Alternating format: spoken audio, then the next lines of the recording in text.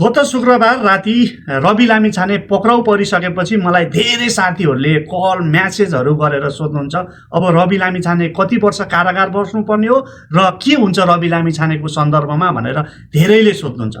रवि लामिछाने अब कति वर्षभित्र बस्नुपर्ने हो भनेर मैले जानेको बुझेको कुरा यहाँहरूलाई बुझ्ने गरी बताउँछु। अलि कान ठाडो पारेर सुन्नु होला है त। अब रवि लामिछानेको सन्दर्भमा एउटा मात्रै बाटो छ, त्यो बाटो हो सर्वोच्च अदालत।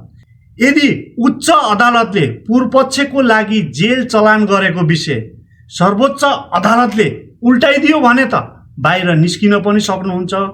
यदि सर्वोच्च अदालतले उच्च अदालतको निर्णय उल्टाउन सकेन अर्थात् सर्वोच्चले पनि पूर्वपक्षकै लागि राख्ने भन्यो भने कम्तीमा पनि 1 वर्ष उहाँ कारागारमै बस्नुपर्ने हुन्छ। 1 वर्ष पुरा भयो भने हाम्रो फौजदारी कार्यविधि संहिताले के भन्छ भने फौजदारी मुद्दामा 1 वर्षसम्ममा मुद्दा फैसला भएन भने निजलाई धरोटी राखेर पूर्वपक्ष गर्नुपर्छ भनेको छ।